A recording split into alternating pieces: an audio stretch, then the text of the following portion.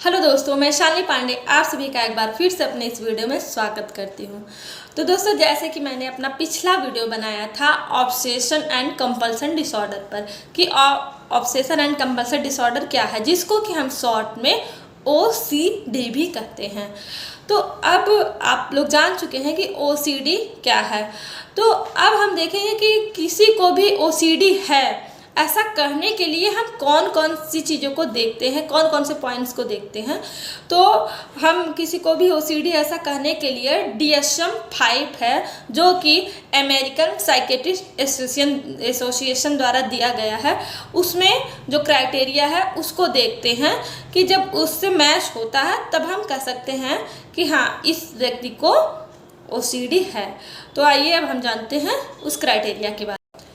सबसे पहले हम क्राइटेरिया ए देखते हैं। इसमें ऑब्सेशन होना चाहिए, या तो कंपल्सन होना चाहिए, या फिर दोनों ही होने चाहिए।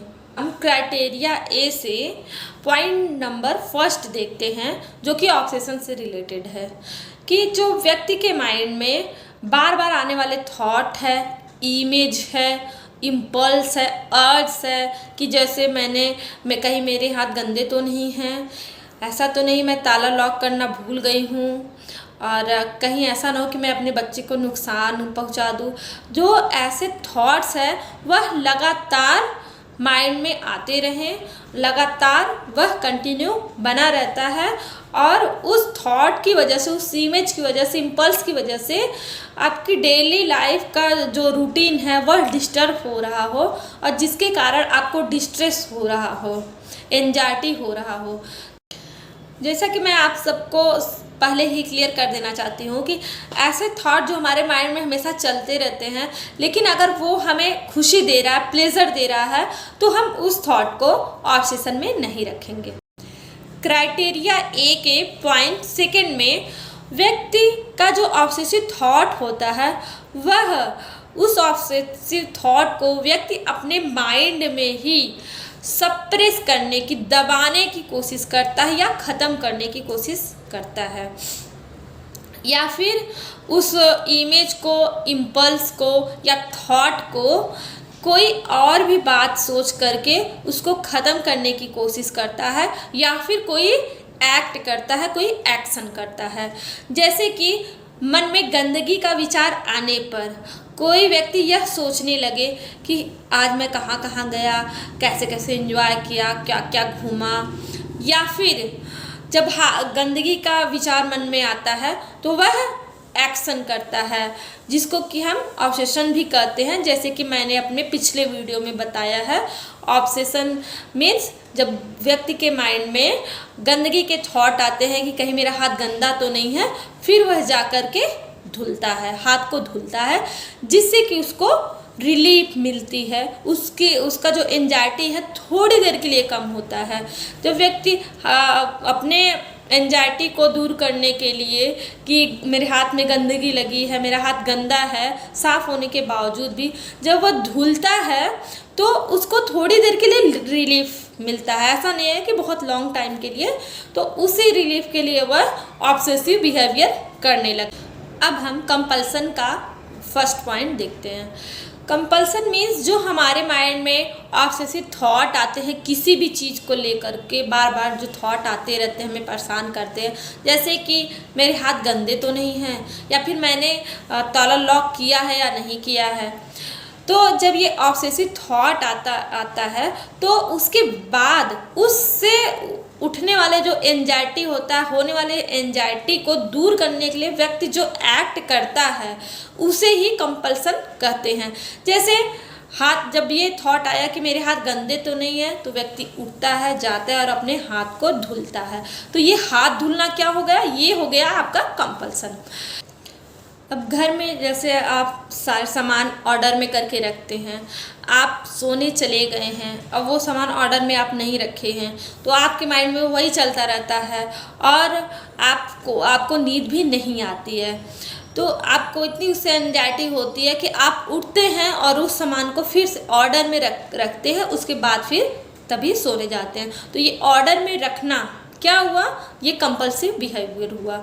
और फिर उसके बाद जैसे माइंड में थॉट आए कि मैंने लॉक बंद किया है कि नहीं, मैंने ताला लॉक किया है कि नहीं, तो आप उठते हैं, जाते हैं, देखते हैं कि ठीक है, उसको खींचते हैं, देखते हैं कि हाँ मैंने लॉक किया है। तो ये क्या है, ये देखना क्या हुआ, चेक करना क्या हुआ, ये कंपल्सिव बिहेवियर हुआ। या फिर बहुत से लोग हैं जो वो मेंटल एक्ट करते हैं। मेंटल एक्ट में जैसे वर्डों को रिपीट करना, साइलेंटली वर्डों को रिपीट करना, या काउंटिंग करना, या फिर प्रेइंग करना। जैसे मन में ये थॉट आए कहीं मेरा कुछ नुकसान ना हो जाए, या फिर मेरे रिलेटिव को कोई प्रॉब्लम ना हो जाए, फिर ये प्रेइंग का भावना आए मन में, वो बार बार प्रे करते हैं। तो प्रेइंग पे मैं अपने एक क्लाइंट का केस हिस्ट्री शेयर करना चाहूँगी अपने नेक्स्ट वीडियो में कि कैसे एक क्लाइंट ने कुछ अफर्मेशन से अपने आप को ओसीडी से कैसे बाहर निकाला। अब हम कंपल्सन में पॉइंट सेकेंड देखते हैं कि इसमें जो व्यक्ति कंपल्सिव बिहेवियर करता है, जैसे कि हाथ धुलना हुआ, लॉक चेक करना हुआ, और बार बार पॉकेट चेक करना हुआ, तो और मेंटल एक्ट करना हुआ, तो ये सब चीज़ें जो है वह व्यक्ति सिर्फ और सिर्फ अपने डिस्ट्रेस को, एंजाइटी को, इरिटेशन को कम करने के लिए ही करता है। उस कंपल्सिव बिहेवियर का रियलिटी से कोई भी मतलब नहीं होता है। सिर्फ और सिर्फ वह अपने ऑब्सेसिव थॉट से उठने वाले एंजाइटी को, डिस्ट्रेस को कम करने के लिए ही वह कंपल्सिव बिहेवियर करते हैं। अब हम क्राइटेरिया बी के बारे में जानते हैं। तो ऑब्सेशन या कंपल्सन टाइम कंज्यूमिंग होना चाहिए। मीन्स इसमें एक से अधिक घंटे व्यक्ति जो ऑब्सेसिव या कंपल्सिव बिहेवियर में एक्टिविटी में इन्वॉल्व होना चाहिए। 1 घंटे या उससे अधिक उनका समय उसमें जाना चाहिए। या फिर जिसके कारण, इन ऑब्सेसिव या कंपल्सिव थॉट के कारण व्यक्ति का क्लिनिकली सिग्निफिकेंट डिस्ट्रेस या इम्पेयरमेंट, गिरावट आनी चाहिए व्यक्ति के सोशल, सामाजिक, ऑक्यूपेशनल, व्यावसायिक, educational and other functioning areas में गिरावट आनी चाहिए। तभी हम बोल सकते हैं कि किसी को ओसीडी है या ओसीडी डायग्नोस करते हैं। अब हम क्राइटेरिया सी देखते हैं। क्राइटेरिया सी में जब अगर कोई व्यक्ति ड्रग लेने की वजह से, या फिर मेडिकेशन की वजह से, या फिर कोई शारीरिक बीमारी, मेडिकल कंडीशन की वजह से अगर ऐसे व्यवहार करता है, ऐसे थॉट आते हैं उसको, तब हम उसको ओसीडी में नहीं लेते हैं। अब हम क्राइटेरिया डी देखते हैं। क्राइटेरिया डी में हम डिफरेंशियल डायग्नोसिस देखते हैं। मीन्स जो एंजाइटी आ रही है वह किसी और डिसऑर्डर से तो रिलेटेड नहीं है। जैसे जीएडी, जनरलाइज एंजाइटी डिसऑर्डर में भी एंजाइटी के सिम्टम्स होते हैं।